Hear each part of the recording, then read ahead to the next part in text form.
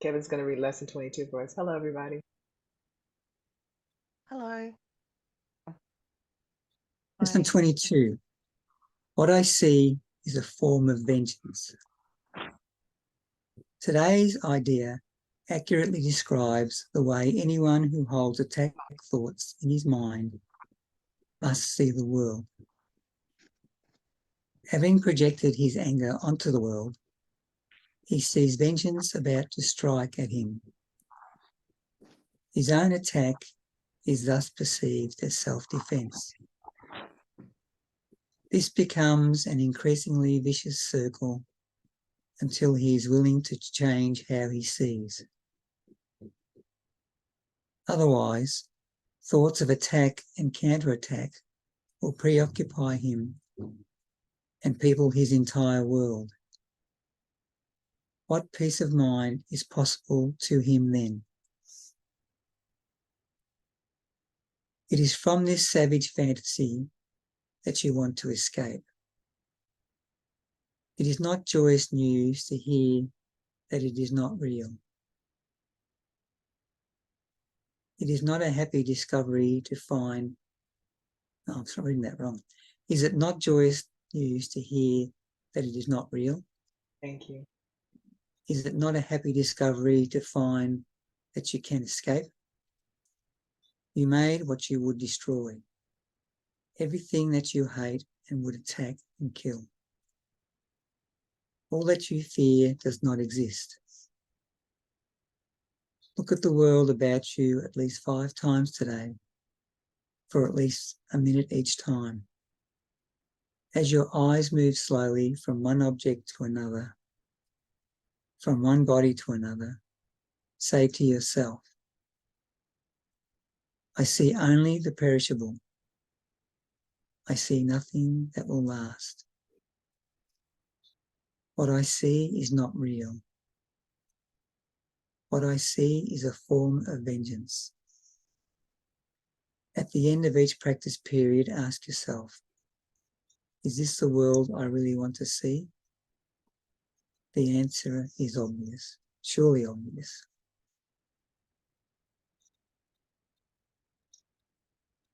Thank you, Kevin. We're going to sit with this for a second, and I'm going to give you the next two.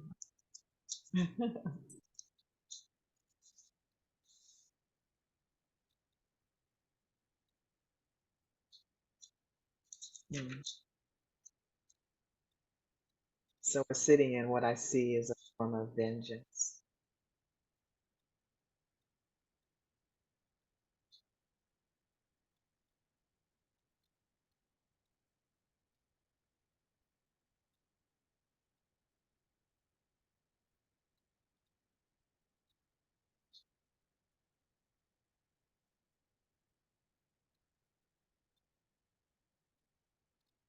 I'm going to pick up on the last part of this before we go into the next one, Kevin. So the lesson 22 is what I see is a form of vengeance. I see only the perishable. I see nothing that will last. What I see is not real. What I see is a form of vengeance. Is this the world I really want to see?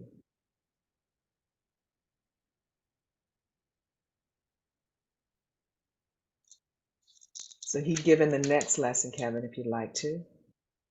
It's 23.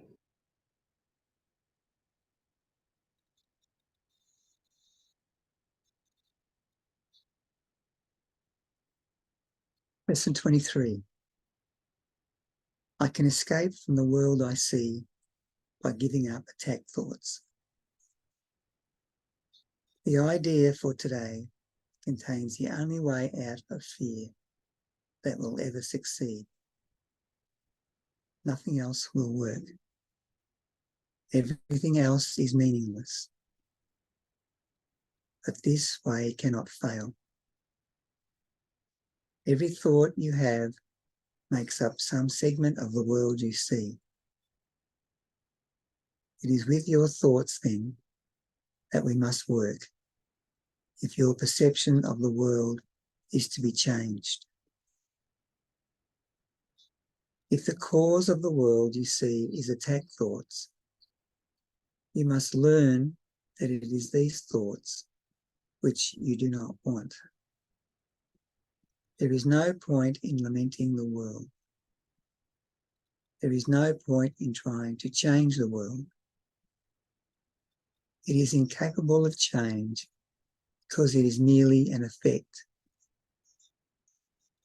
But there is indeed a point in changing your thoughts about the world. Here you are changing the cause.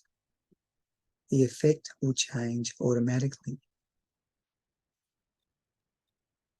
The world you see is a vengeful world, and everything in it is a symbol of vengeance. Each of your perceptions of external reality is a pictorial representation of your own attack thoughts. One can well ask if this can be called seeing. Is not a fantasy a better word for such a process, and hallucination a more appropriate term for the result? You see the world that you have made, but you do not see yourself as the image maker. You cannot be saved from the world, but you can escape from its cause. This is what salvation means. For where the world you see, so where is the world you see when its cause is gone? Vision already holds a replacement for everything you think you see now. Loveliness can light your images and so transform them that you will love them, even though they were made of hate. For you will not be making them alone. The idea for today introduces the thought that you are not trapped in the world you see, because its cause can be changed. This change requires first that the cause be identified and then let go, so that it can be replaced. The first two steps in this process require your cooperation. The final one does not. Your images have already been replaced. By taking the first two steps, you will see that this is so. Besides using it throughout the day, as the need arises, 5 practice periods are required in applying today's idea. As you look about you. Hello. Hello. Hello. Oh. Hey Kevin, I can hear you. I can't see anything. Just sorry to interrupt there. I was trying to work out how to get the camera. Yeah, you have no camera, brother. I have no camera. You can't stay, Dave, unless you get the camera on. That's true. I know, it's full participation, right? That's right. I just got to work it out here. Okay. You guys keep reading. Yeah, I'm gonna mute you. Yeah, I don't know how. Go ahead, Kevin. As you look about you, repeat the idea slowly to yourself first, and then close your eyes and devote about a minute to searching your mind for as many attack thoughts as occur to you. As each one crosses your mind, say, I can escape from the world I see by giving up attack thoughts about blank. Hold each attack thought in mind as you say this, and then dismiss that thought and go on to the next. In the practice periods, be sure to include both your thoughts of attacking and of being attacked. Their effects are exactly the same because they are exactly the same. You do not recognize this as yet, and you are asked at this time only to treat them as the same in today's practice period. We are still at the stage of identifying the cause of the world you see.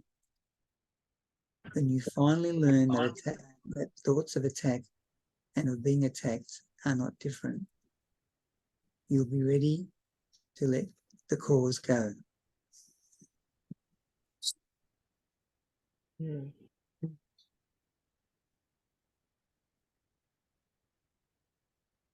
Man, this is tricky on the move, I tell you. The means of communication in time and space is really awkward. Hey, Anna, Bernadette, Paula, Fran, and Kev. Cool. I can't hear what's going on here. You guys can hear me okay? Yeah, we can hear Yep. you. You can't hear us? All right. All right. Yeah, I can hear you. I can't hear anyone else. I can hear Kev. Well, no one else is speaking. All right, that's cool. So I'm at Miriam Vale. Beautiful. Yeah, Miriam, there you go, the shop, food store. Miriam Where is Vale's that? basically, it's just a little tiny sort of siding town on the highway. And I'm just trying to, Trinity's in the truck. The truck is there. I wanted to see Trin. She's talking to her friend. She's excited to see all her friends tomorrow. So she's doing that whole, she's having her own Zoom thing. Right on. Like we were just on the highway. We just left our sleeping place that we were. And I'm feeling really rugged, like I need a shower and everything. But anyway, here we are. There was no reception there. So we just had to keep going. I thought you guys would be right. But I thought that's typical of time and space. There's never any reception. You always think that your attempts at communication are valid and that when you're talking to someone else, you know that you're not really expressing your own discontent for your relationship with your father, but that's actually how it is. Oh my God, is it ever? I know, right? So all my So words and uncomfortable all all my the time. talking, good. It's good to be uncomfortable all the time. So that uncomfort, if you can stay in that uncomfort for long enough and that discomfort for long enough, you'll find the place where you actually mean it when you want the miracle. But the thing, of course, is everybody's always adjusting to their discomfort. And if you watch your mind every second of the day that occurs, you know, it's like, oh, I've got no reception here on the highway. We've got to find somewhere else. It's like, no reception's perfect. I'm not meant to have reception, you know, like the whole panic and that whole thing comes up, you know. It's like, no, those guys will be fine. They'll be fine. They're just going to do the 20-minute book or whatever. And Listen anyway. to the lady from Ipanema 2 times in a row. I'm like, oh my God, why Oh, is you Dave not did? here? Yeah, I mean, I was like, what do I do? And I was telling them that you know, that was like the whole practice is like so much discomfort at things not going the way I think they should go, as Oh, if yeah, they you could go can't any other way control than the way that they are. You know what I mean? So anyway, just watching all that discomfort come up and my hatred for you for being able, you know, just weirdness, you know, that I mind that know, does for that. So, dumping you, putting you on the spot. I yeah, was it's just even, thank you. you know what, I knew you would be like that. I knew you'd be getting a bit antsy about it. And I thought I'll just send you a message saying that you can teach today and do the whole thing. So I'll just keep driving. Yeah, that'd be awesome. Anyway, it comes up, it comes up, it does what it Anywho, does. Yeah. so tell me who gave their yes? I know it's been 2 weeks since then, but since the assignment, who had a response? Anna, did you get an opportunity for yes? You should have. Yeah, I got a couple opportunities actually. And So the first one was I ended up getting all sorts of crazy tooth pain and I got an infection and they said I'd probably have to go in and get a root canal. So I was just like, whatever. So I went to my appointment and when I got there, they're like, oh, you might not need one. I was like, oh, okay. You know, so then I was in the mindset of, oh, I'm not going to have to get one. And I didn't really want to because nobody likes dental work. You know, it brings up fear Even the and dentist. yeah. So then, of course, like, yeah, you do need a root canal. And I had the option of just not getting it. And I was like, nope, I'm going to do it. So I just gave my yes, got my root canal. It took like 2.5 hours. It was ridiculous, but it was perfect for sitting there and just being in that discomfort physically, number one, and also, you know, not being in control of the situation. I don't like situations where I'm just like stuck. Like I couldn't just leave if I Right, wanted to right, for, you right. know, a couple of And hours. that's the exact situation I want you to be in. Yeah. Ted used to say, if I could glue you guys to the floor, if I could just glue your feet to the floor so you couldn't run away and couldn't do anything, you'd be through this in no time. Yeah. It's like Jesus in his circle in the desert, you know. Imagine it. Imagine being in a circle in the desert for 40 days and 40 nights. And you got to wonder, that would bring up a lot of stuff. Yeah. You know, you think you have faith, but really, do you have 40 days in the desert in a circle faith, you know, or it's like it's either all or nothing. So very cool. Very cool. But you get these, you know, you get those moments, those little moments, and you absolutely can't do anything about it. You have no control. And you have to just allow that moment to occur where the total acceptance of the situation allows you to transform and then transcend all of your ideas about it. You know, once you give into it, once you surrender, I've seen rightly, everything's symbolically of the action of mind that you're embarking upon in awakening. It's total surrender. I'm surrendering to God. I'm saying yes to God. I'm seeing my no all the time, but I'm wanting to say yes. And somewhere between my no and my yes, there's going to have to be a miracle. Mm. It's like, even if that's at the dentist, you know, it's still the same action of mind. And that's what you guys are learning. It's like it's the whole, and I'm learning, you know, it's the whole saying of yes, even in the face of the idea that I don't want to say yes, I want to say no to this. Actually, my honest place is no. And that's always going to be the honest place, because that's where my feet are at. My feet and my thinking and my whole thing is rooted in denial. So of course it's going to be no. Give up the world and follow me. No. Mm-hmm. I don't want to do that. Why the hell would I want to do that? I'm comfortable here. I see how bad other people have it, you know, and I see that I have a little bit more than that, and maybe not as much as some. And you find this place where you think this will do. As long as this doesn't fray at the edges, I'll be fine.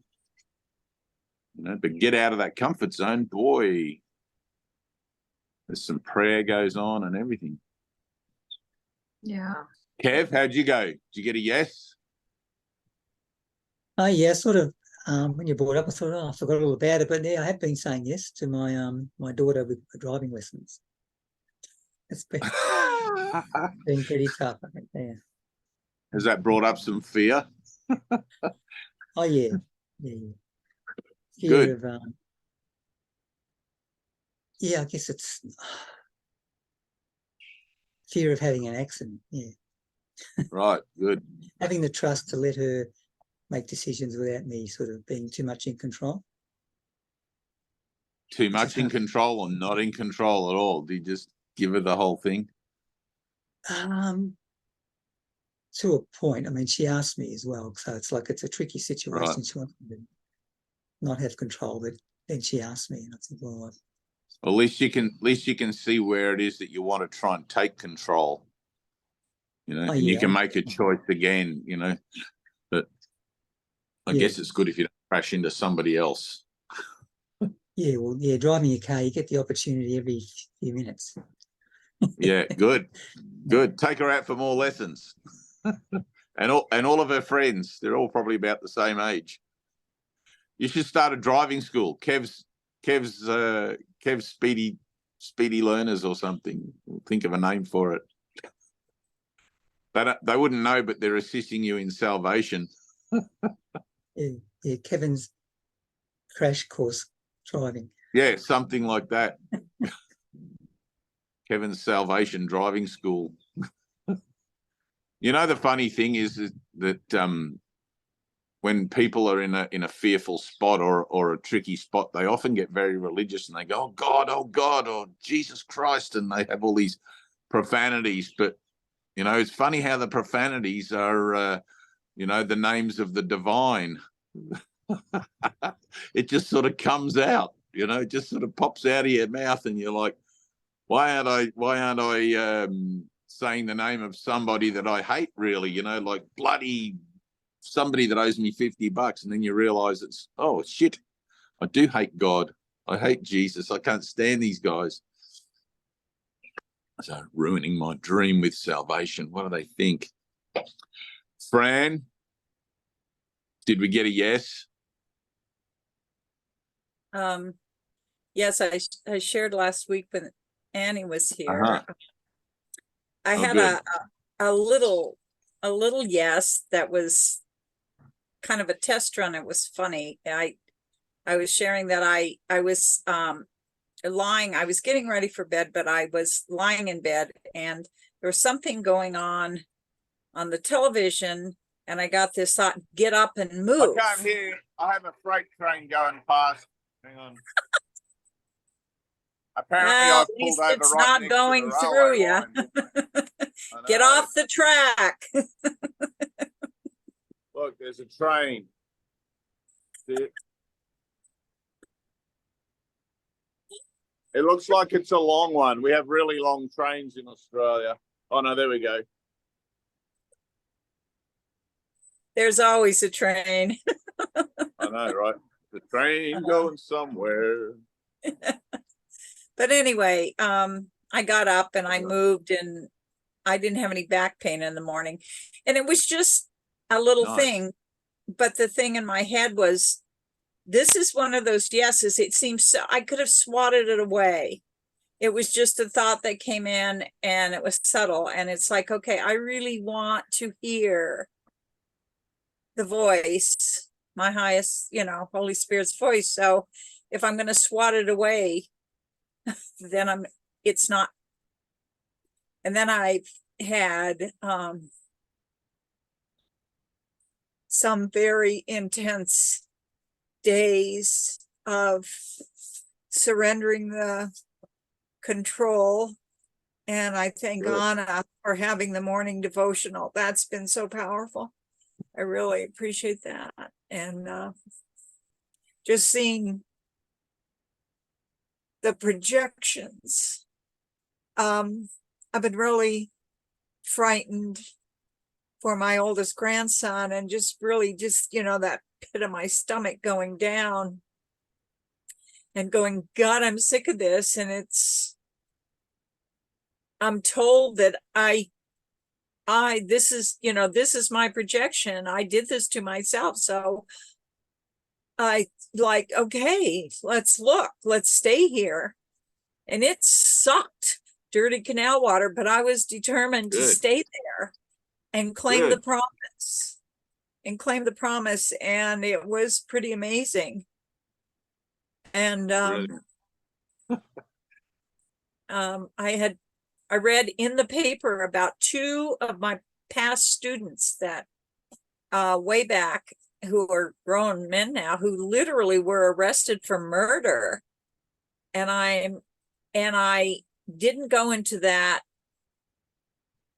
place where I just sort of brushed it off. Oh, that's, you know, oh, that's sad, whatever. No, I sat there and I talked to them with my mind, that they're me. That's me. That's murderous stuff I've put out there. And I just sat with it. You know, I don't know what the fuck I'm doing, but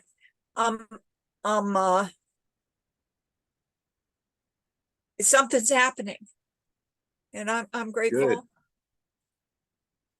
It's good that you're willing to feel it and to stay in it until you feel it. Well, You know, apparently because that I'm willing, but that's I where mean, the somewhere honesty I'm is, and you willing. can't avoid that. I don't want to feel that anymore. I don't want to see a meaningless, murderous world anymore. I want it Right, transformed. I'm going to do what I fucking have to do. Or right. nothing, or do nothing and keep looking and whatever it is, because I'm tired of the words too. Just keep your finger on your nose and you'll be fine. Yeah. and the Or and the up my other thing nose. is right. And the other thing is too is remembering that you're not in charge. No, You I'm know, not. I think that's that's your the real, salvation, like literally. yeah. It's like The I'm what, just yeah. gonna sit here with this. I'm gonna sit here with this energy that's coming up about these. Like I'll just use your example. These two guys murdered somebody or whatever. I'm just gonna sit here with this energy, and I'm gonna offer it to the Holy Spirit. You know, you have to do that. You have to consciously make that offering. And then you just sit there until you've gone as deep into it as you can. And you kind of know it's like, well, that's done. You know, like I can't feel any deeper or any worse about it or any kind of a way more than that about it. And then you just sit there for a minute and you allow for the release to occur. Yeah. But, You know, and I remember them as students, as little boys, and I love them. And I could hold that too. all right, you ready? Yeah. You want to do that now? Do what now? You want to just sit there for a second right now? Yeah. Close your eyes. And just allow that idea to be there. The rest of you guys can do it too. I'm sure you all know, have the same sort of situation. And just feel it. Just feel it for a second, whether it's compassion or anger or whatever it is. You don't have to give it a name, but if you can, it's helpful so you can see it if it comes around next time. And you'll know how honest you've been now. But just feel it, Fran. Nothing you see means anything. It's you that's given it all that meaning that it has. Right? If it wasn't these two guys murdering somebody, it would be something else and someone else further down the track, and eventually it'd just get to a point where you couldn't avoid it. So we're not avoiding it now. I'm just going to sit and feel it for a second. Bernadette's feeling it. She's feeling it for you. Right, we're joining in this whole thing. Oh. I just had a flash of light there. Now feel it and get to the bottom. Get to the bottom of it. Tell yourself consciously, I want to feel this. I want to go to the bottom because I'm done with this shit. I've had enough of this crap, this old way of seeing my world. I want to feel. And let it go to the bottom. When you feel like, you can sort of feel it in your heart, you know, you just can't take it anymore. But when you feel like you're kind of there, offer it to the Holy Spirit. It's like, Father, here, take this from me. These illusions, these false thoughts of murderers and these false thoughts of people from my past that I've given all this meaning. I want to see the Christ in my brother, not this person with a story attached. I just want to see the Christ. I don't know how to do that. I need a miracle. Use that pain for the prayer. Those two guys, they're playing their part perfectly for you, Fran. The part they played, the sacrifice they're making.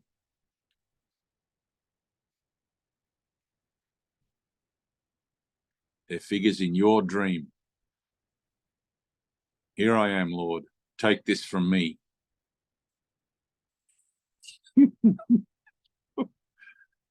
Yes.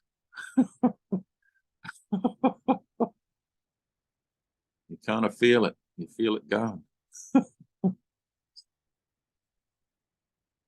Offer it up. Offer it all up.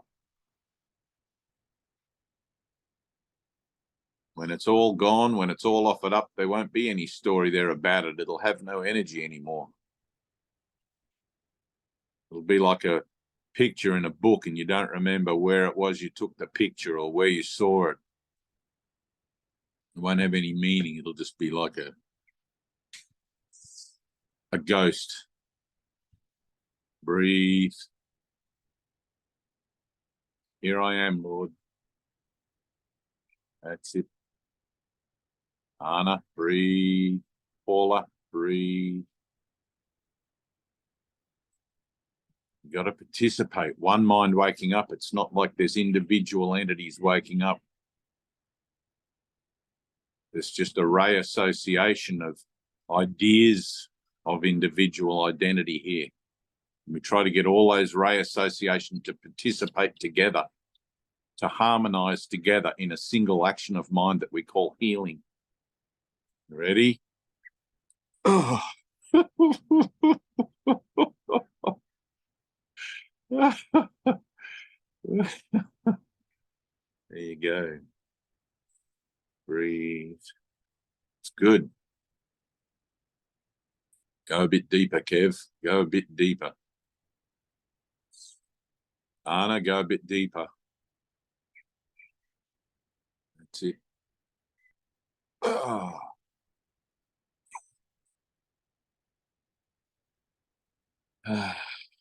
Thank you, Jesus.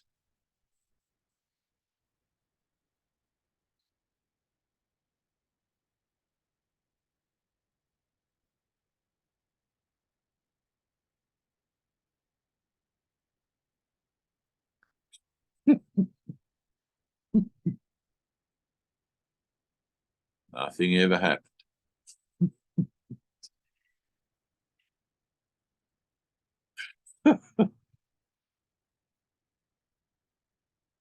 Yes.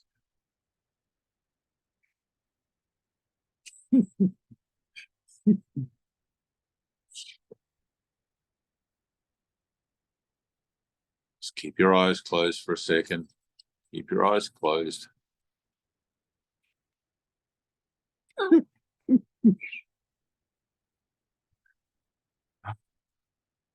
Thank you, Father. In the moment you ask for healing, it's actually already done. But in time and space, it seems to be that we're in this lag, this kind of slow thing where we experience the doneness as the release and as the tumultuous passage from feeling a certain way about it to having that sense of it being lifted off our shoulders as a weight that we've been carrying around. And it's not just that one situation. Think of it like a kaleidoscope. I've had that image in my mind and I've been turning the kaleidoscope, trying not to own it, not to validate it, and not to recognize that image. I've been trying to change it, and adjust. But what isn't love is murder. What isn't love is murder.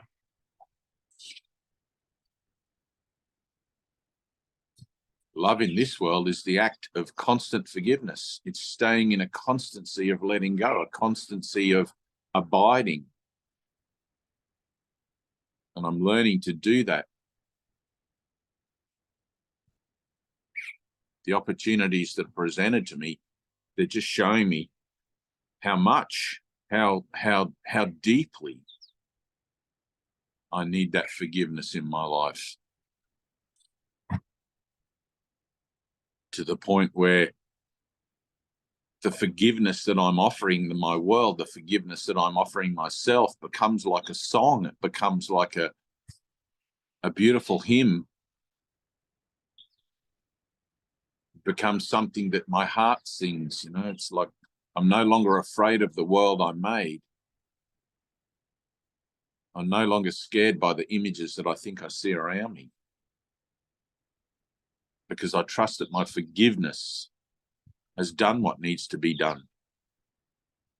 That the Holy Spirit has not failed me, and that I walk with perfect safety and perfect security and defenselessness everywhere I go.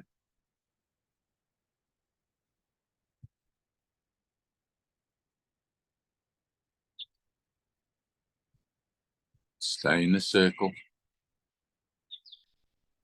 Here I am, Lord. Here I am. I'm not stepping out of this circle till it's done.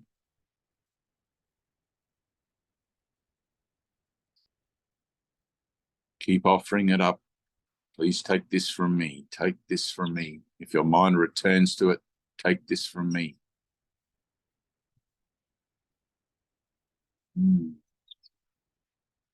Ah.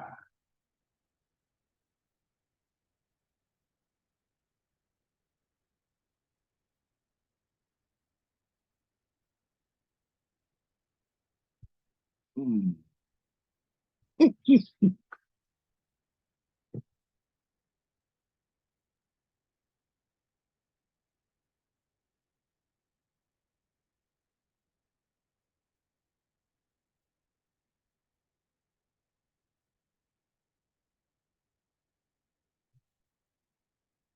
You ever seen those dominoes where they push one domino and then there's a whole line of other dominoes and they all fall? All you need is the push for that one domino. And this is it. It's like you look at it as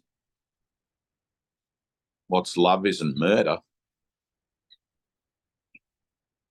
It's like, man, I've got a perfect reference for murder that's just stuck in my craw here and it's doing all sorts of things to me, and I'm going to let it. I'm going to let it do all sorts of things to me. I'm going to let myself feel this totally. You know? And this one act of forgiveness can stand as symbol of the rest, so that every domino falls.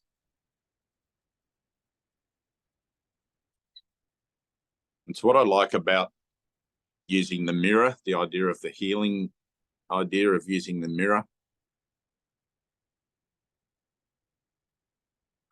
If you're in a relationship with someone or something or an idea that keeps popping up, and you realize that every time it pops up again, like it's in a cycle, you know, it might be with a person that you see at your workplace and they annoy you or they trigger you or something upsets you, and again, and you realize there's a cycle of it. And when you heal it in that one cycle, you'll know it, because the next time you see that person, it won't upset you. You'll have this recognition of, holy cow, I once would have really felt a certain way about that. And it just kind of gets less and less, and forgiveness in that regard sort of gently removes it from you.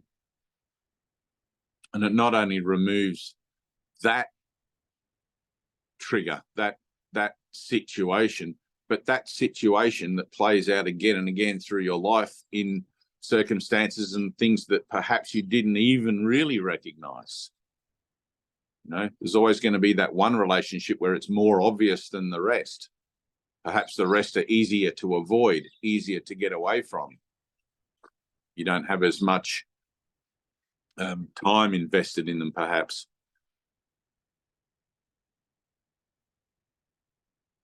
But the next time it comes around, you'll know how honest your prayers for healing have been, and you'll know how honest your willingness to forgive it has been by your reaction to it that you have.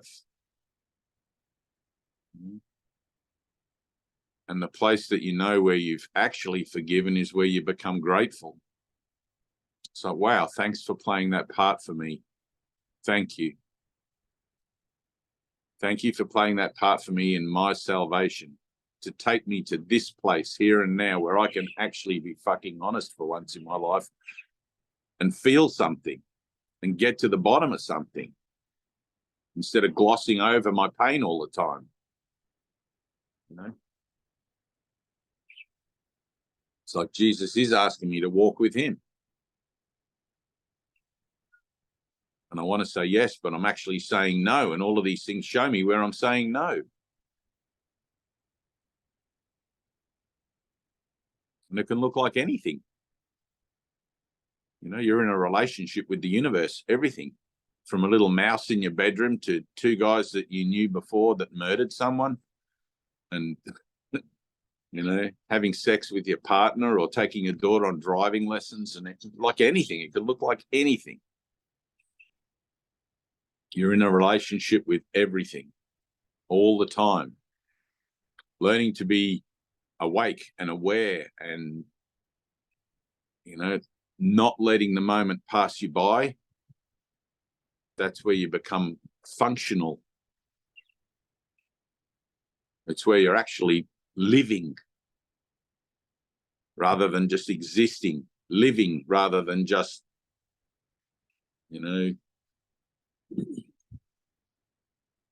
filling in time. I just been to see my parents, down south, and like they're old in that sense, in the sense of the body. They're still sprightly in the mind and everything like that, but they're filling in time. They're sitting in their armchairs and the whole thing, and I have to look at it. I've got to put my finger on my nose there. It's like, all right, I've given it what I see all the meaning it has. Is that how I want to see these ones? Or do I want to see the Christ there playing a part for me to show me I'm filling in time?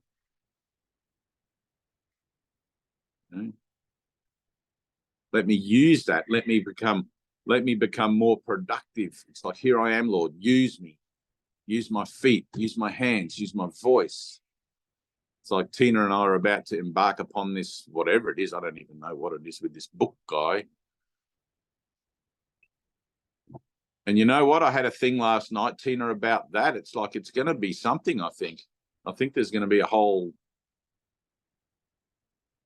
like a whole on the road kind of. That's what I felt too. Yeah. Like, yeah. And it's funny because I've had, like this must happen with everybody, but when you put a book out and it goes on Amazon, there must be like little bots or something that let agencies know if there's a new book, or maybe they're always scanning for new books and stuff. When I first put that book out, I was contacted at least a dozen times by different people from India and whatever, wanting to know if I wanted to republish it with them. And I just kept saying no to it because I didn't really want to. It was such an effort to get it published through Lightning Source. And I was kind of done with it and wanted to wipe my hands of it and not really have anything to do with it again, but and then when that guy rang me, it had been years since the last book person had rang me, contacted me, usually through email and whatever, but it had been years, 2 or 3 years since I released that book, and there was an energy about it then, but I think it's going to be for your energy. I don't know. I just felt something with him. It was just. Yeah, I know. I can feel it. I get that vibe. So anyway, so we'll just say yes to that one. Yeah. We'll say yes to that and let it unfold however that's meant to occur. Yeah. Annie even got a good vibe off it as well. So, Yeah, that's what I felt like. I just needed, I told you, just pray on it. Just pray on it. And yeah. see. Yeah. All right, Bernadette, what's going on? Did you do a yes? Yeah, I didn't know it was an assignment, but I said yes. I did say several times yes. Yes. And it was terrifying. Good. It was terrifying. It was good. Yeah, my son came back in my life, and it was terrifying to say yes. And he wanted to move back in, and I said yes. And he was here for 2 weeks, and he left on his own. And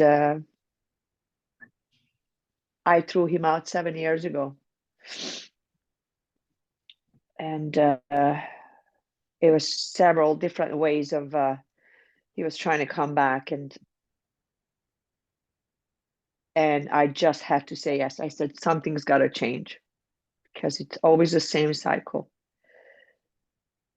And I said yes. And it was just terrifying to say yes. It was terrifying because kept coming, you know, the same thoughts. It's gonna be the same stuff happening, and it was nothing the same stuff actually. And I said it's gotta be something miraculous because I just cannot do it anymore.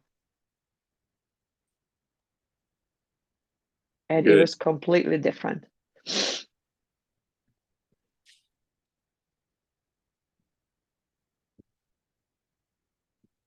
And I said yes to the other thing. Good. I know what the other thing was. And lots of stuff came off it down. Oh yeah, lots of stuff. Good.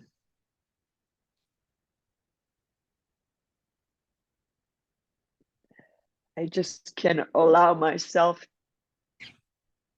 for joy. That's what came up. It is just repression of joy.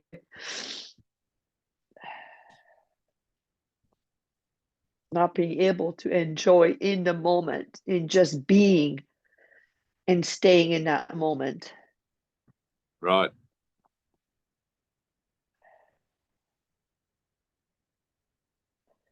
It wants me to stay in the terrible, of course.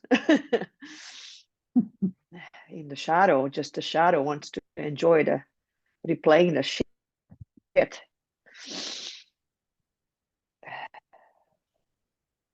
Well, that But yes, not you the know, your yes enjoyment. is really That the act is of not giving. allowed. It's about the give, about the saying yes, and that action of yes as the extension of your own creative energy. It doesn't matter how it looks in the form; it's always illusory. You know? But it's in the giving that we receive. Saint Francis.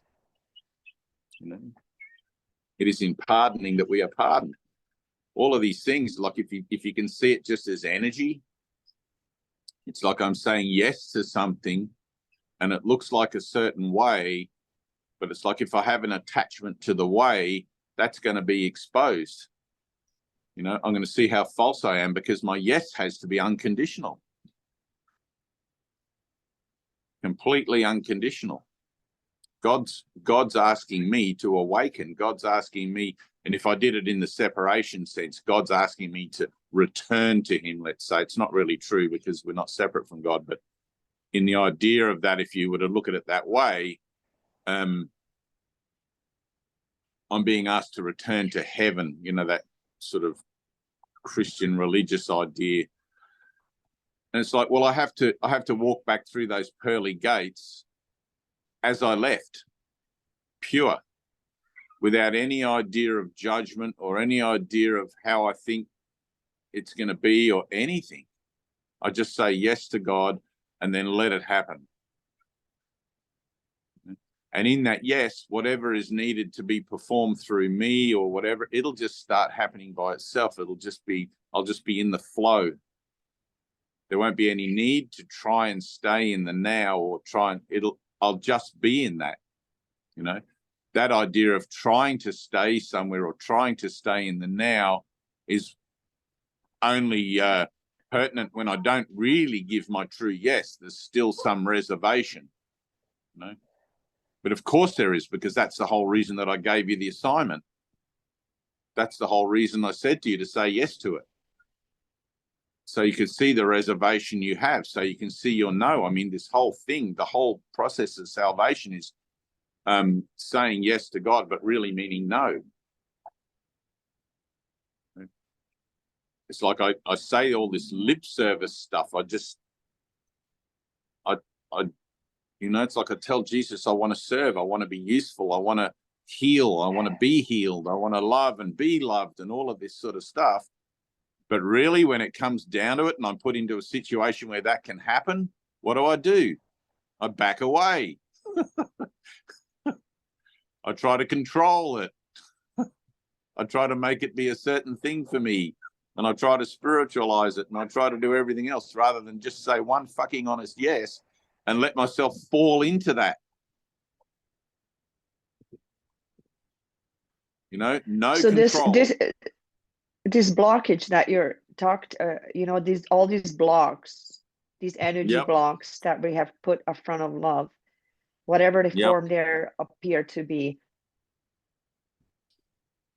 You know, just even the thought of giving in, just offering it up, okay? Just offering up whatever form that keeps appearing. And you keep saying that's all it is, it's energy. And I remember like a few of your videos or posts were all talking about you know, all like, you know, you kept saying there's no chakras, any of these, right? That's right. That's correct.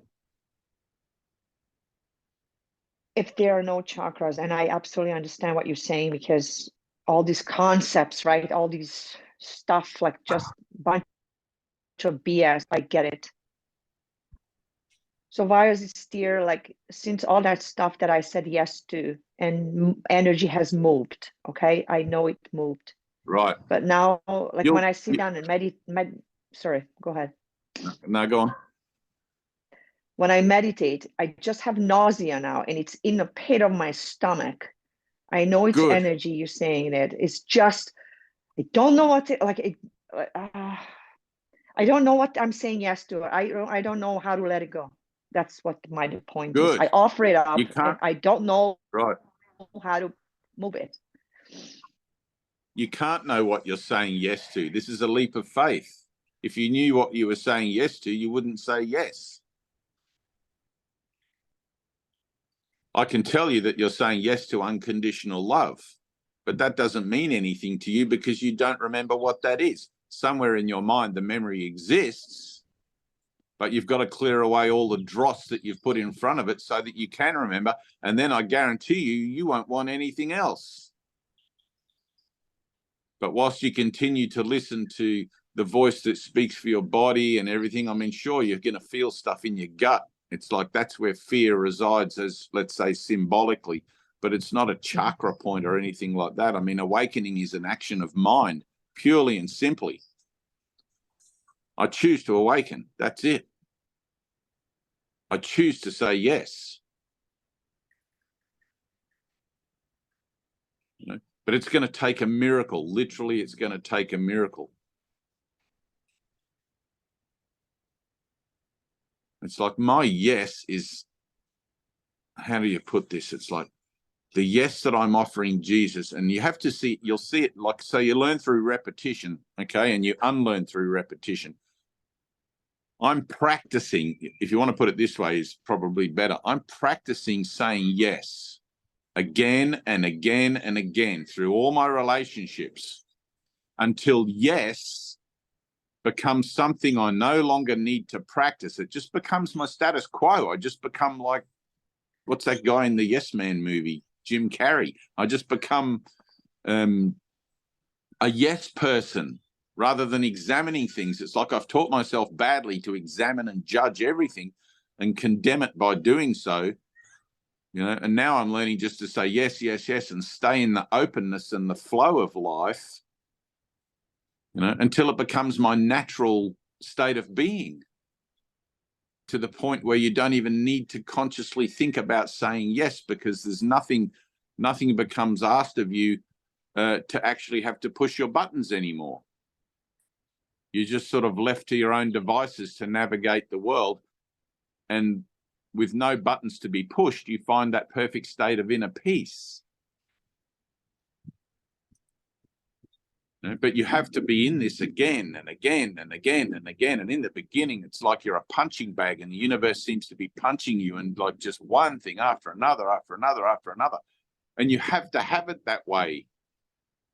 Otherwise, your ego would just dumb it down, and it'd be like years between any kind of confrontation. And you'd be like, oh yeah, I had a moment of light experience years ago, you know, blah, blah, blah. And it'll just become a memory, but it won't be active in you, and it won't be something that you actually have learned how to, like that, how to use now to keep your mind open. You know, so the situations that we have here, it's like, we do Zoom meetings for a couple of years. It's been now or whatever, a year. How long have we been doing this? A little while. We've been doing Zoom meetings for a bit. And, you know, you guys are having the opportunity to see where it is you're at based on when you first started doing Zoom meetings and how things have changed. It's like, damn, I used to be that way, or I used to be this way. And now I'm kind of like getting a mastery of these concepts. I'm starting to understand how it is that I apply my mind to certain situations to bring about changes in those situations. It helps me to maintain and deepen my sense of inner peace and my appreciation of the whole. You know? But it's going to be hell going through it, because this is a journey into fear. It is a journey into fear. You know? And I'm not saying to you, you got to stick around and go right to it with me to the end of the tunnel and, you know, until we see the light again. But it's like sometimes you got to sit down and rest and go, all right, I'm done with this for a minute. But you know that you can't actually rest for long. It's like once you start following Jesus, you know, like I'm just going to rest here for a minute. Jesus doesn't stop. He's just going to be up and over the next hill, and you'll just sort of, you'll see his robe, you know, like in the distance. You'll be like, damn it, I got to get up or I'm going to lose track of him, you know. And the ego would love for that to happen. I'll just go home now. Jesus can carry on. I'll just go back to my house. It's like, no, fuck that. I'm in for a penny. I'm in for a pound. This is the whole thing. It's all or nothing. You know, like you guys in this room and me and like everyone I know that does this Course in Miracles, whether they're aware of it or not, it's the equivalent of climbing Mount Everest. You're going to get frostbite. You're going to have slipbacks. You're going to get snow and like lack of oxygen. You're going to have all these horrific things that you have to look at in your own association. And you're going to feel a certain way about it every time you have to look at something. But at least you're becoming aware now that you need to look at it when you get triggered. You need to look at it when you lose your peace of mind. It's like, all right, let me look at this with the Holy Spirit. What is this? How deep does this actually go? How long have I been playing a game with this?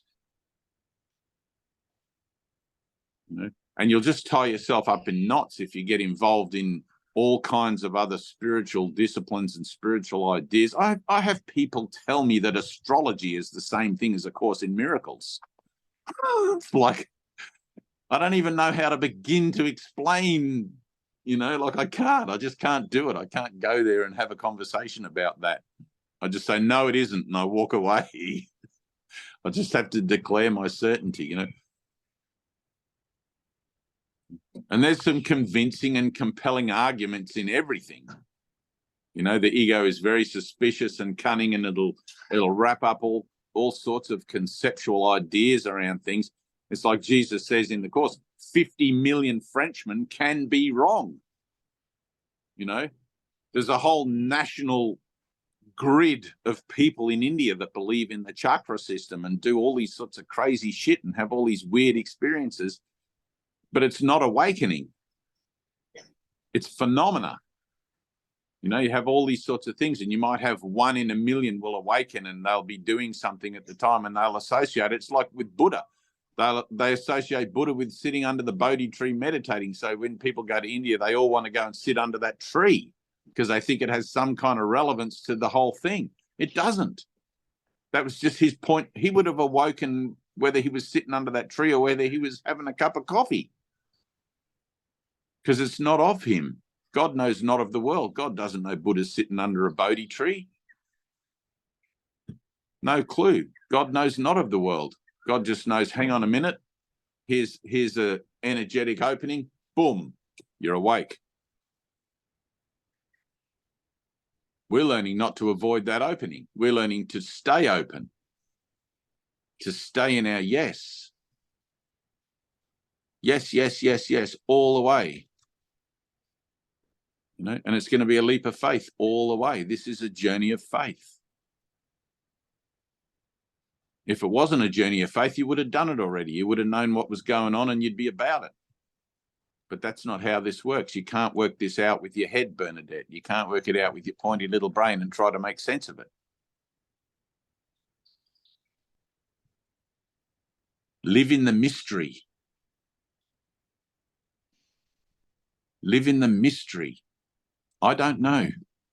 I'm just going to say yes, and I'm going to fall into my yes, whether I fall in a big higgledy-piggledy pile or whether I fall gracefully, it doesn't matter. I'm just going to fall. I'm going to let myself fall, lumps and bumps and everything. I'm going to fall into my yes, Lord, here I am. And you'll be used.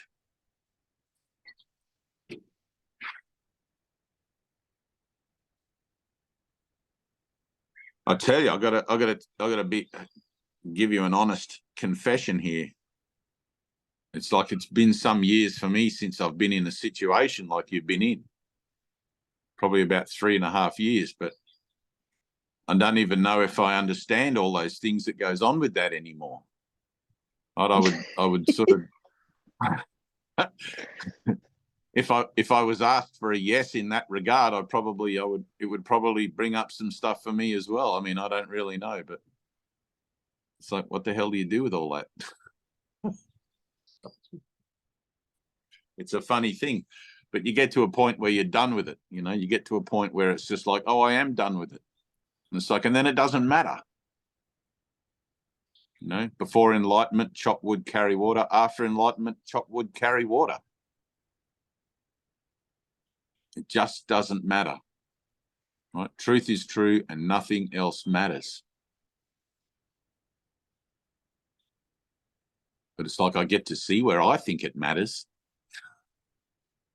I get to see where I want to spin some sort of spiritual story about how it matters or about where I'm at with it or about any kind of something about it, rather than just saying yes and allowing myself to fall into the yes.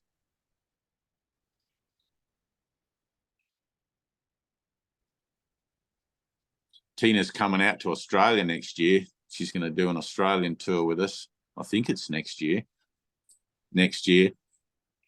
And her fear Anna of called it. right, her fear of mice is going to be amplified by like 10,000 when she comes out here. Our mice are like 3 feet big, but we have little ones too. But last night when we pulled up on the side of the road for our rest stop and our sleep and everything, Trinity was in the truck and I was sitting outside. I thought I'd try and write a poem. I don't know if you saw my poem I wrote on my Facebook page. I thought I'll try and write a poem about road traveling and, you know, like, and I was thinking of that song. I had it in my head, you know, Sweet Baby James by whoever it is, you know, where he's thinking about women and bottles of beer, da, da, da, da, da, da, da. You know that one? And Yeah, James Taylor, yes. James Taylor, that's it, James Taylor. So I had that song in my head and it inspired me to write a poem about driving the truck and pulling in by the side of the road. And, you know, I went into some sorts of emotions. I couldn't get very deep, but I dug in there and put the poem. And then just when I finished writing the poem, this massive spider dropped out of the tree and went down the back of my shirt. This shirt went down the back of my collar and I could feel it in my hair, like it was in the back of my hair. I could feel this thing and I thought, oh, it's just a moth or something. And I tried to flick it out and then it went down the back of my shirt and I shook it out onto the ground and it was a spider about that big, like it was a big huntsman spider, which is common here. And I thought, oh, yeah, Tina's going to love traveling on the road. She's just going to... If there's any kind of thing that's left in you about that mouse, it's going to change form to a spider or whatever, and then you will see. No, I got a thing with spiders too. I just sprayed all my windows because there's a big one outside my window, like Really? a big web. I Yeah. love Oh spiders. no, I don't like them in my house. No, I try to like be cool and like let them out, but sometimes Yeah. Kill them. sometimes they gotta end. It's like it's over. All right, so I'm gonna wrap it up. Trinity and I are gonna keep going on the road. We're gonna get some breakfast and everything, and get back home. It's actually freezing cold here. I don't know what the temperature is, but this is the first. I'm wearing a thick shirt, and this is the first time I've actually been cold for years. This time you had a shirt on in our meeting. I know, right? What the hell? And I Who even are you? went swimming in the ocean. I went swimming in the ocean yesterday, 500 kilometers further south from here, which was kind of bracing. And I haven't had that experience for a while. So that was good. But next week, we're going to dig in and do some circle work like we did right at the very beginning. Some creative visualization. And we're going to just sort of reflect back on where we're at with that, because we haven't done that for a while. And I really want to push it. It feels like it's sort of, I don't know, it just feels like that would be a cool thing. Mm. So, yeah. All right. Peace to you guys. Peace to my world. I love you. Thank you. Keep going. Kev, that lesson you were reading, read the next one as well. And we were going to do that. It was bringing up some joy there, like that lesson.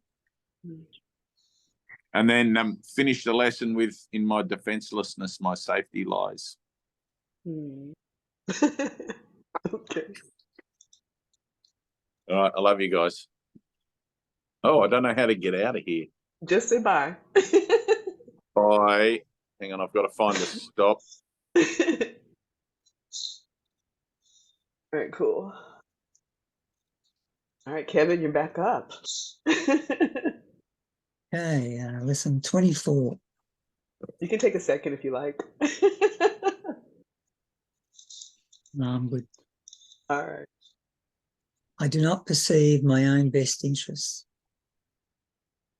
In no situation that arises do you realize the outcome that would make you happy. Therefore, you have no guide to appropriate action and no way of judging the result. What you do is determined by your perception of the situation, and that perception is wrong. It is inevitable, then, that you will not serve your own best interests. If they are your only goal in any situation which is correctly perceived. Otherwise, you will not recognize what they are. If you realize that you do not perceive your own best interests, you could be taught what they are. But in the presence of your conviction that you do not know what they are, you cannot learn. The idea for today is a step toward opening your mind so that learning can begin. The exercises for today require much more honesty than you are accustomed to using. A few subjects honestly and carefully considered in each of the 5 practice periods which should be undertaken today will be more helpful than a more cursory examination of a large number. 2 minutes are suggested for each of the mind-searching periods which the exercises involve. The practice period should begin with repeatedly repeating today's idea, followed by searching the mind with eyes closed for unresolved situations about which you are currently concerned. The emphasis should be on uncovering the outcome you want. You will quickly realize that you have a number of goals in mind as part of the desired outcome, and also that these goals are on different levels and often conflict. In applying the idea for today, name each situation that occurs to you, and then enumerate carefully as many goals as possible that you would like to be met in its resolution. The form of each application should be roughly as follows. In the situation involving blank, I would like blank to happen and blank to happen, and so on. Try to cover as many different kinds of outcomes as may honestly occur to you, even if some of them do not appear to be directly related to the situation or to be inherent in it at all. If these exercises are done properly, you will quickly recognize that you are making a large number of demands of the situation which have nothing to do with it. You will also recognize that many of your goals are contradictory, that you have no unified outcome in mind, and that you must experience disappointment in connection with some of your goals, however the situation turns out. After covering a list of as many hoped-for goals as possible, for each unresolved situation that crosses your mind, say to yourself, I do not perceive my own best interests in this situation, and go on to the next one.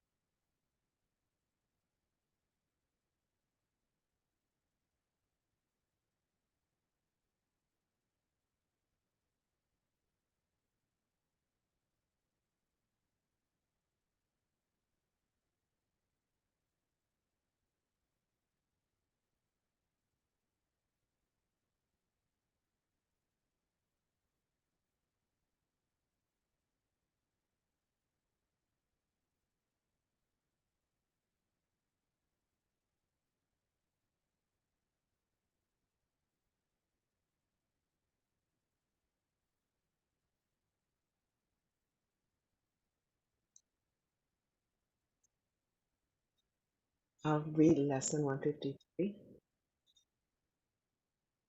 53, wasn't it? Yeah, I'll read a chapter. That's one of the one or lesson 24, and then I'll read 153. Just the first line.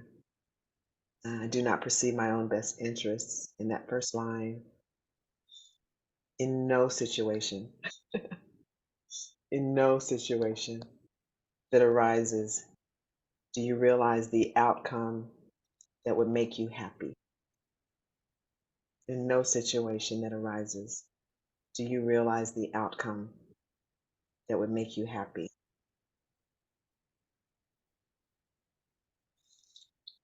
Let's read lesson 150. Lesson 153. In my defenselessness, my safety lies.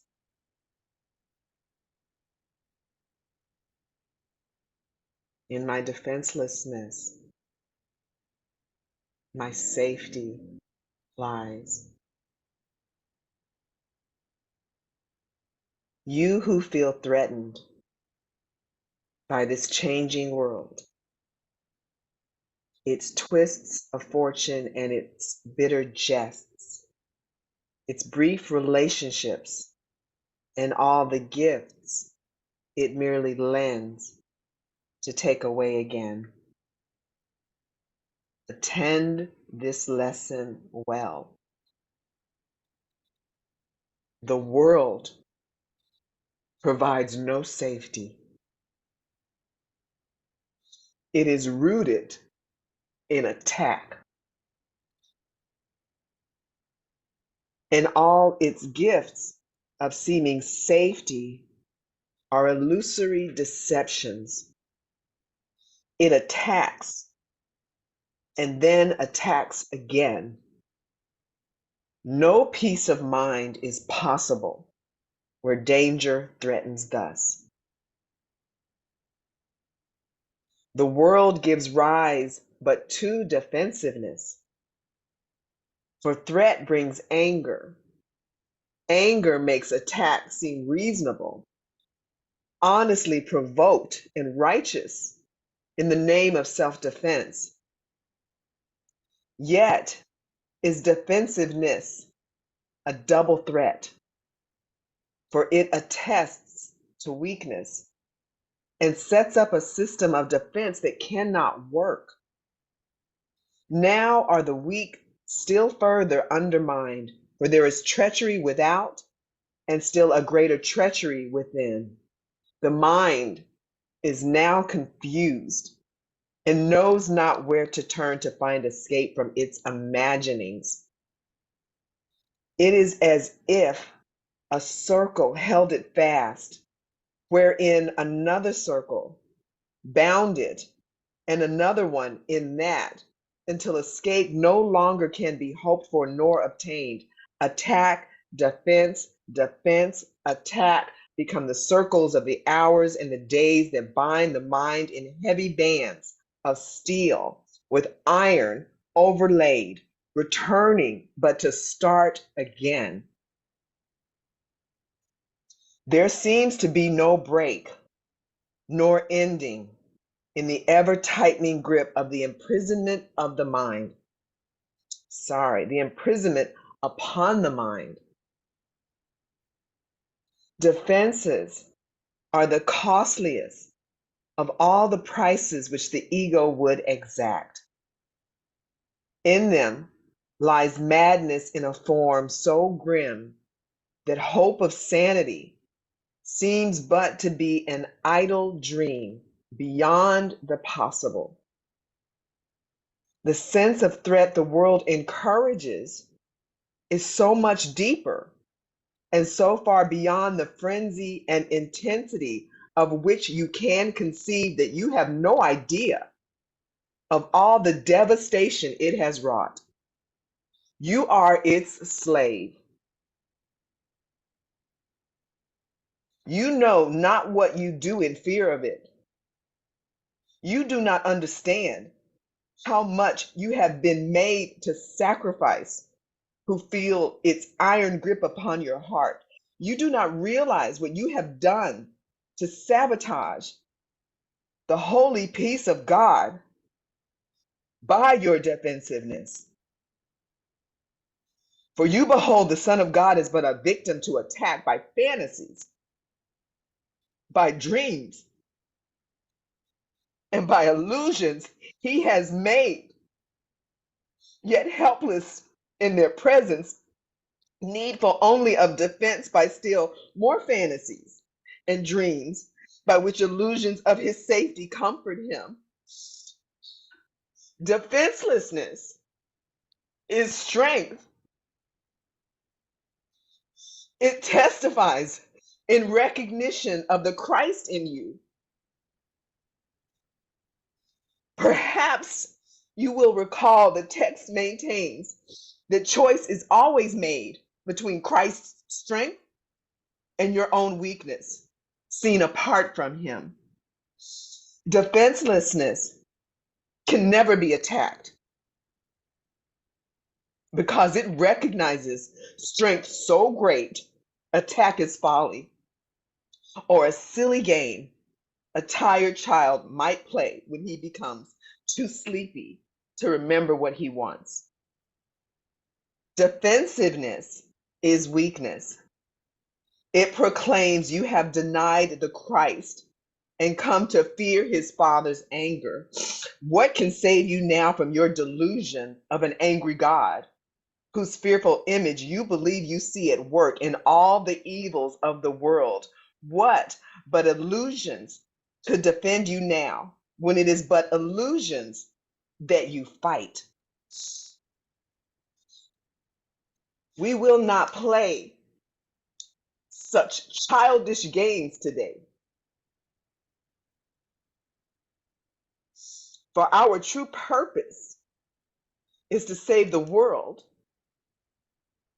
And we would not exchange for foolishness the endless joy our function offers us. We would not let our happiness slip by because a fragment of a senseless dream happened to cross our minds, and we mistook the figures in it for the Son of God. Its tiny instant for eternity. We look past dreams today and recognize that we need no defense because we are created unassailable without all thought or wish or dream in which attack has any meaning. Now we cannot fear, for we have left all fearful thoughts behind, and in defenselessness we stand secure, serenely certain of our safety, now sure of salvation, sure we will fulfill our chosen purpose as our ministry extends its holy blessing through the world. Be still a moment.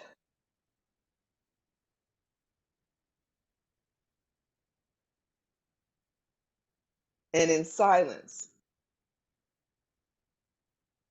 think how holy is your purpose,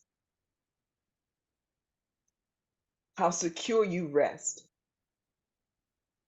untouchable within its light. God's ministers have chosen that the truth be with them. Who is holier than they? Who could be sure that his happiness is fully guaranteed? And who could be more mightily protected? What defense could possibly be needed by the ones who are among the chosen ones of God, by his election and their own as well? It is the function of God's ministers to help their brothers choose as they have done. God has elected all, but few have come to realize his will is but their own. And while you fail to teach what you have learned, salvation waits, and darkness holds the world in grim imprisonment. Nor will you learn that light has come to you and your escape has been accomplished. For you will not see the light until you offer it to all your brothers. As they take it from your hands, so will you recognize it as your own. Salvation can be thought of as a game that happy children play. It was designed by one who loves his children and who would replace their fearful toys with joyous games, which teach them that the game of fear is gone. His game instructs in happiness because there is no loser. Everyone who plays must win, and in his winning is the gain to everyone insured. The game of fear is gladly laid aside when children come to see the benefit salvation brings. You who have played that you are lost to hope, abandoned by your father, left alone in terror in a fearful world made mad by sin and guilt, be happy now. That game is over.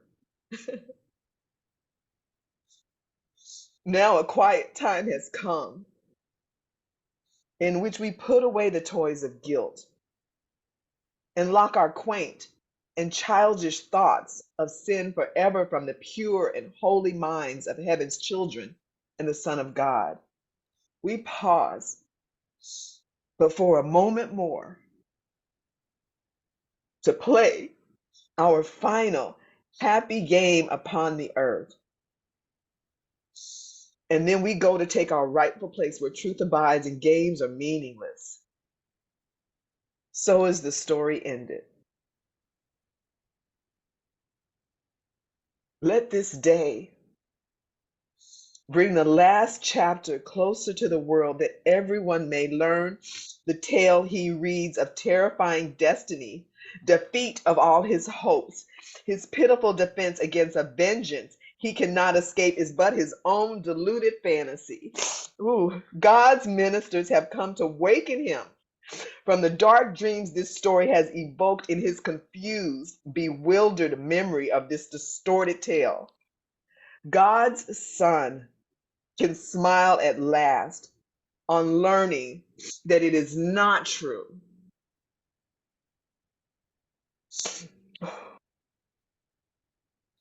Today we practice in a form we will maintain for quite a while. We will begin each day by giving our attention to the daily thought as long as possible. 5 minutes now becomes the least we give to preparation for a day in which salvation is the only goal we have.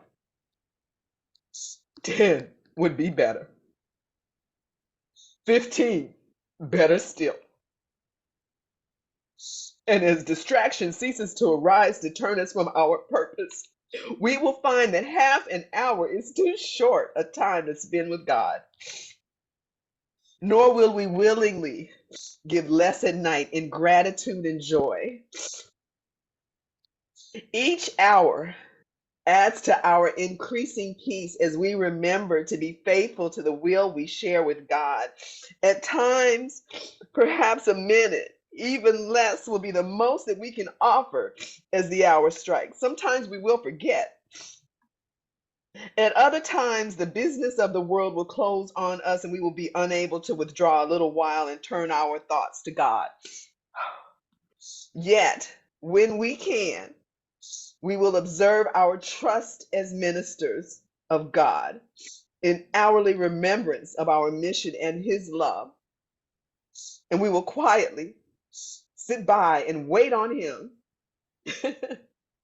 and listen to his voice and learn what he would have us do the hour that is yet to come, while thanking him for all the gifts he gave us in the one gone by.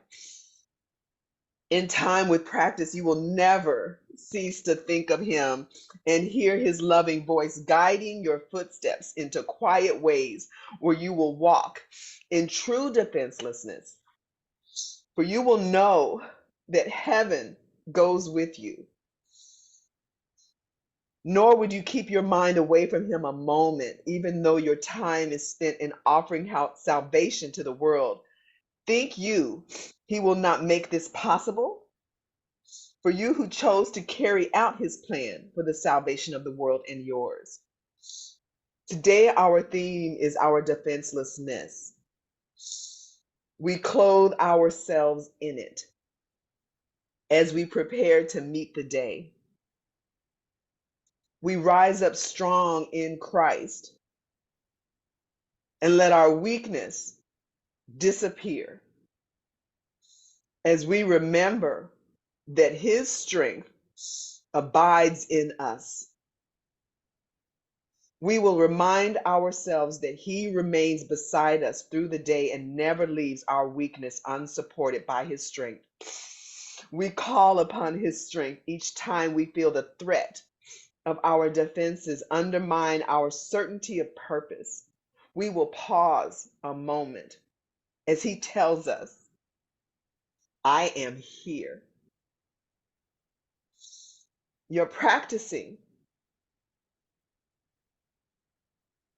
will now begin to take the earnestness of love to help you keep your mind from wandering from its intent. Be not afraid. Honor. Be not afraid, nor timid. There can be no doubt that you will reach your final goal. The ministers of God can never fail.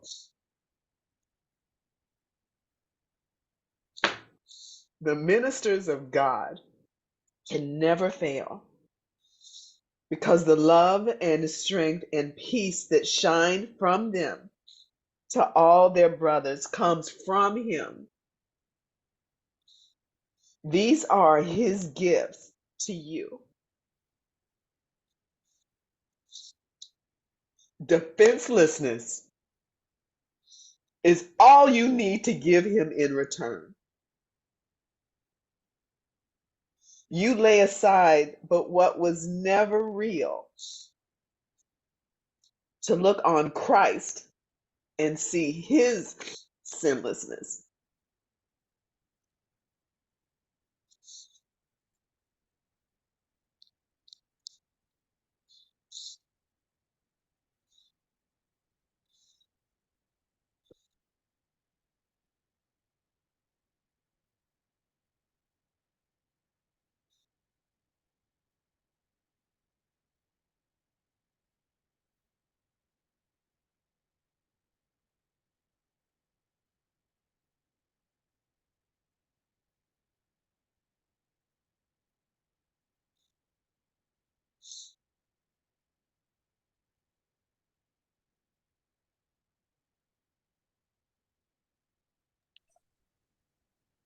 Thank you, Father.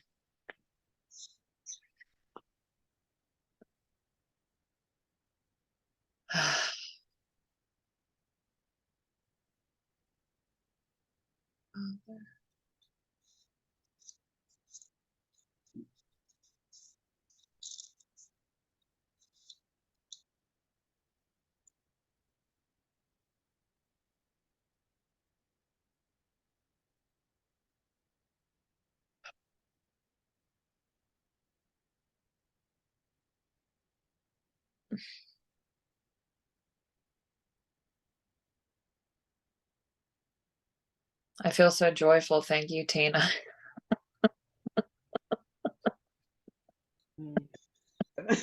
Thank you. uh, oh, oh, all right.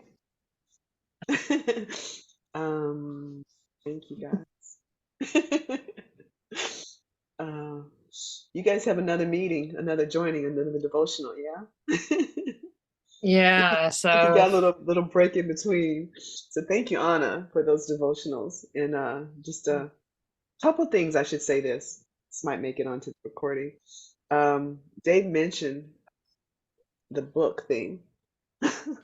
So I'll have out a begging bowl soon. Graciously accepting donations. And I'll let you guys know about that. Because there seems to be something like that that's in, and again. so tell me what the book thing is. I don't even know. Well, it's really sweet. It's his book. It's just being republished. Someone reached out to Oh, republish it, which would be very helpful because it's just like a brick on Amazon just sitting there doing nothing. It should be, and no one cares about making money off of it, or it's just about spreading the word, passing on to whomever can hear it. And like Brother says, nobody really wants to hear this message. That's true. But for those that do, to make it accessible, ideas are pretty special. Just want to do that. And so there may be that opportunity. And I was telling him, it really doesn't even feel like it's about that. The guy that reached out, I feel like he fell ass backwards into this on how he ended up. I don't think he knows who he's meeting with. I don't think he knows what he's done. I don't think he knows who he's joined with.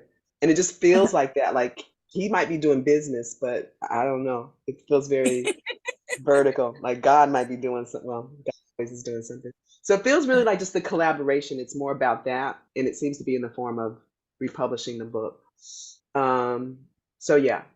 So I'm saying it here with you guys now. I can say it to you in our little chat room. I'm saying it here on the YouTube channel because anybody that watches it, I'm going to see if I can't do something to make a little donation if you feel to. Again, everything is offered freely. Nobody's trying to make any money off of this, but if you feel to do something, then we appreciate it and we'll put it to use in the way that Spirit guides. And I was going to say something else before that, but I think I got off. But anyway, I think that answers the question, what it yeah. is about.